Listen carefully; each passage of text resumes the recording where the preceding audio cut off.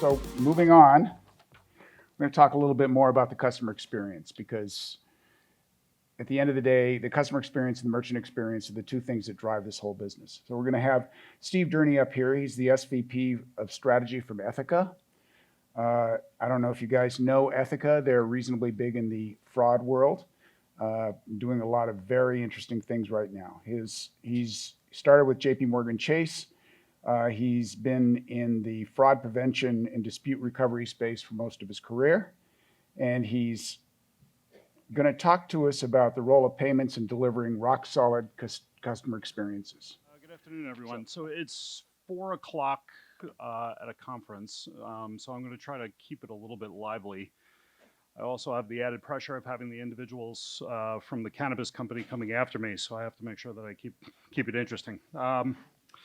So the role of customer service and customer experience in payments. I think this is something, I'm a relatively old man now, I guess, in the payment space. And this is something that's really been evolving over time. I remember when I was at JP Morgan and I worked in the issuing side of the business, I worked for one of my mentors who was in charge of the point of sale rules. And one of the things that he always used to tell the executives was, I can stop all the fraud. I'll just decline everybody. And I can make approval rates 100%. I'll just eat as much fraud as is willing to come in my door. And I think really the magic of customer experience is where you are able to marry the two, obviously, and limit as much friction as you possibly can within those experiences. My smiling face. All right. So I am going to make a profound statement at a mobile payments conference that mobile payments are doing pretty well, which is what these charts say. Mobile payments is really moving past, the internet and all other form factors. Really, my sons, who I quote from quite often in a lot of these speeches, and embarrass them to the greatest extent that I can. My sons now really have no interaction even with a laptop other than what they do at school. Everything that they do is a mobile device. So it shows that the coming generation really has no need for e-commerce really to happen in the laptop space or the computer space, because it's really at the ready. What happens with the rise of mobile commerce is you start having real difficulty of being able to triangulate people within the fraud rules and the fraud sets. And that causes a unique customer experience challenge. So in the heyday in the 70s and 80s, where you have plastic, it doesn't have a chip in it, that's one form factor. If there's one card issued on the account, that's really the only form factor that can be used in order to make a purchase.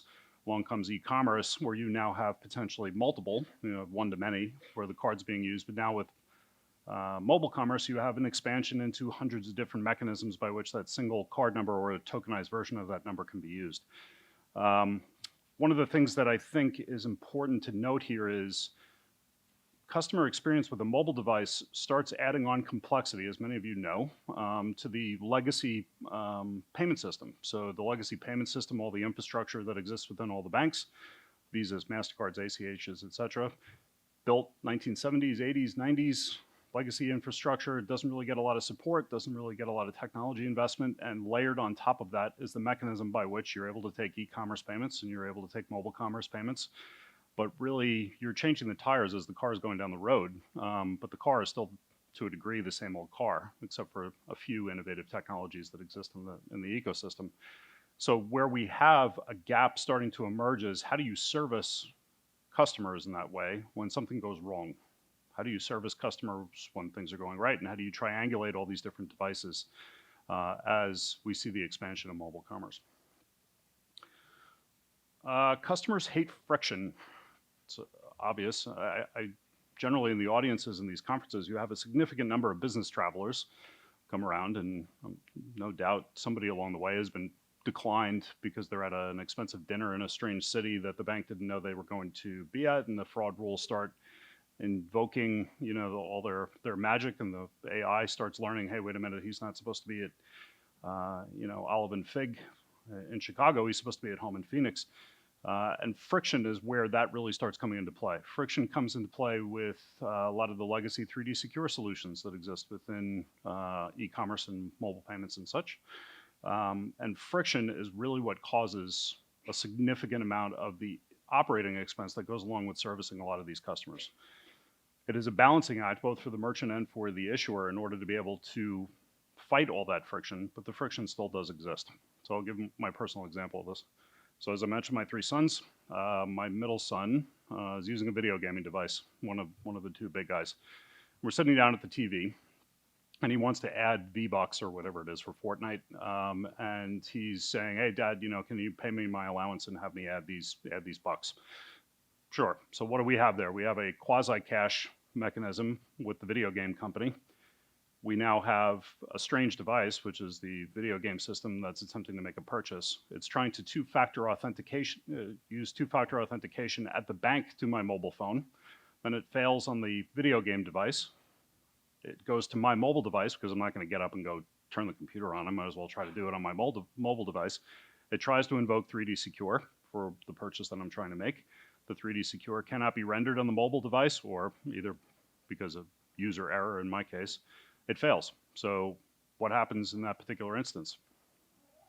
My son doesn't get his V-Bucks. So in that moment, the video game company has now lost the sale. I've gotten mad at my bank, gotten mad at my phone too, gotten mad at the video game system, and my poor son's following me up the stairs as I try to go figure out how I'm going to find a way in order for him to get his V-Bucks. So all of that is now friction. There's no sale that's been completed. Bad taste in my mouth. The card that I was using has the back of the wallet syndrome, where it runs to the back, even though it was a mobile device that I was attempting to use it on.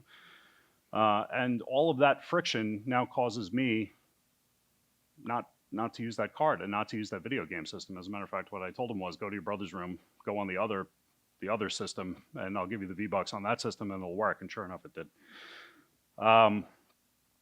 Friction leads to mobile checkout abandonment. So these are statistics that we have sourced from a number of partners. So our good friends at Count helped us with this. 25% of merchants report a rate of more than 40%, 11% of merchants report a rate of greater than 60%. So this is where you have similar circumstances to the story that I was talking about with my son Jack, where you abandon that particular merchant and you go to another merchant. You abandon that card and go to another card. You abandon altogether and just give up and say, sorry, you're not playing Fortnite tonight. Cart abandonment is highest on mobile devices. Now, my anecdotal information is that this is probably due to the size of the screen and a lot of the legacy systems not catching up to be able to deal with it. But you can see there, 67% tablet, 70% mobile, 78%, where that abandonment is real lost revenue for a merchant. It's real lost revenue in interchange for a bank that might be processing a payment, and it's lost brand identity and brand goodwill. Fraud is really the source of this friction. So Ethica is a collaboration company that helps to have a lot of these disinterested parties talk to each other. So the analogy that I always use when describing what Ethica does is we're the chaperones at a junior high school dance where you have boys and the girls don't talk to each other, and we're trying to help them to dance with each other. It's the same thing with issuers and merchants who historically have had a really bad, a lot of animosity, right? They've sued each other a number of times. They've sued the brands. And it is not really within their nature historically to talk to each other. So where collaboration services come in, it helps to fight this friction that exists with fraud. So fraud is increasing and it's expensive. So in the description that I used earlier, you can't just approve everything and you can't just decline everything, otherwise you wouldn't have a business.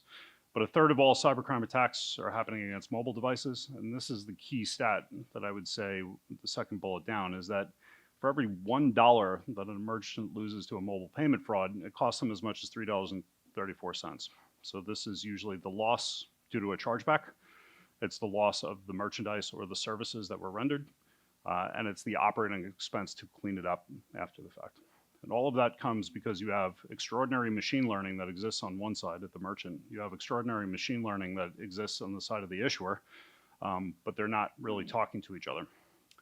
US issuers falsely declined $331 billion in 2018. So the simple example of the restaurant that I described to you in a different city, but that happens on a grand scale. There are significant amounts of false positive declines, even on the largest digital companies, even though they know everything about us. They all know that we're sitting in a room together and probably know that we're talking about them. Why would you have a decline on a device with one of those mega companies when they know the holistic picture about you? They know how you move your phone and such. But it does happen, and it happens as a result of fraud becoming such a threat in losing that money that there's appropriate rules that need to be invoked in order to stave it off, and that catches those $331 billion worth of transactions. 33% of cardholders don't retry a purchase, I was one of those third earlier on with my son and his V-Bucks. They give up. They simply give up. Many times that's a trigger to say, oh, did I really need to buy, the brand new air fryer on Prime Day? The buyer's remorse kicks in when you have a second to think about it. There's a whole range of different things that happen where they abandon that purchase. It could be that, on airline A, there's a comparable ticket on airline B, so I just move over and that 1/3 goes and buys it someplace else. I had a similar experience in Europe where I abandoned a purchase with the train service that would have taken me from London to Paris because it was so frustrating. I just decided to fly, which is a little bit extreme, but I could not, for the life of me as an American, buying from a British computer that I had never worked from, could not get a transaction to go through. So I abandoned, and it happens, and it's a scourge on the industry that because there isn't enough data sharing and there isn't enough collaboration between these parties, you lose those sales. So our recommendations are carefully layering the fraud tools and also applying a bit of common sense. 83% of merchants are using 2 or more fraud tools, 2/3 are employing 3 or more, 25% are utilizing 7 or more. I'm not sure if that's the right number, but they layer in each one of these fraud tools. I think the key here is magic bullets don't exist within the fraud space, and moderation and layering of each one of those rules is key. The experience that I have here is I had a purchase that I made at a small shop. I had never shopped with them before, and I had a $7 item being delivered to a different delivery address, and they rejected the purchase because they said that it was going to I was a new customer and it was going to a new address, so they couldn't fulfill it. So here's where the common sense comes into play. Common sense on the $7 transaction isn't there because even if they got a chargeback, the bank wouldn't have charged it back. It's too low of an amount. So they lost out on a sale on all future sales because they didn't apply good common sense in addition to their fraud tools and blindly followed the rules that they had applied. Collaborate with other stakeholders. So this is the evidence that we see with a lot of the companies that we work with. Collaboration is the key in order to triangulate all of these different players and be able to come up with the right solution and not have the false positives, not have the customer insult. 58% of the fraud issuers see, card issuers of the banks, whereas the merchants had absolutely no idea that any of that was fraud. So if you think about a T, the example of a T, bank will see a very, very wide view of the customer's financial situation. The merchant will see a deep understanding of what they buy and how they buy it within their own merchant. The two together, operating independently, can only make educated guesses about what exists in the empty space within the T. But by collaboration, they are able to get through and understand these different components. So the 58% of the issuers that see fraud but the merchants don't, the 19% that the merchants see and the issuers don't. And customers want more. So there are new tools that can radically reduce friendly fraud. So what do I mean by friendly fraud? It's not first-party fraud, it's friendly fraud. It's where you have an active account, you make a purchase, that purchase then comes back as a chargeback or a challenge or a claim for a range of reasons. It could be malign and it could be hostile. So the hostile example is it's internet shoplifting. I purposely go out, buy something, I call the bank and use the bank as a weapon in order to get the stuff for free by saying that it was damaged or it wasn't delivered, etc. That goes all the way to the other spectrum, which could be friendly fraud related to spouses, kids. Parent controls don't exist on the video game system, like my example, and the kids run up a bill, and then all of a sudden, out of principle, I don't think that I should have to pay for my $200 Candy Crush saga that my kids ran up, so I'm going to call in and challenge it with the bank. Friendly fraud is growing. It's a substantial amount of what we see coming in as claims. It hurts the bottom line, it hurts revenue, and it creates a negative environment for all involved, simply because a consumer on principle says that they don't want to pay for something. So reducing friendly fraud comes through that collaboration. It's how do I expose the information available to me where the claim is coming in? So if the claim is being challenged at a bank, you call into the bank and say, I didn't do this, I didn't buy the Candy Crush bricks. How do you enable that person to get enough information to be able to challenge back and say, yes, you did. It was your device, it was your son, it was, on a time where you normally play, and we've never had a claim against this account in the past. How could this possibly be fraud? That can't exist today. Most banks, in support of merchants, only get enough information of what you see on a statement when you get a credit card statement mailed to you. So the amount, the merchant descriptor, which a lot of times is very confusing, and the date that it was transpired. The bank can really do nothing else other than to ask a few open-ended questions and try to discern whether or not it really is friendly fraud. In most cases, because of a regulation, they have to assume that the customer is telling the truth and go right on. So I am not advocating for any of you to call and lie to your bank, but it does happen quite often. So I'll close by saying there's a substantial amount of opportunity for purchases and individuals to expand how they spend in the marketplace. Mobile apps, mobile devices. The other day I looked at my router because I was adjusting something on it, and I found that there were 22 connected devices in my house, and 8 of them were capable of making payments, and 3 of them were capable of making payments without me even knowing, or another user knowing.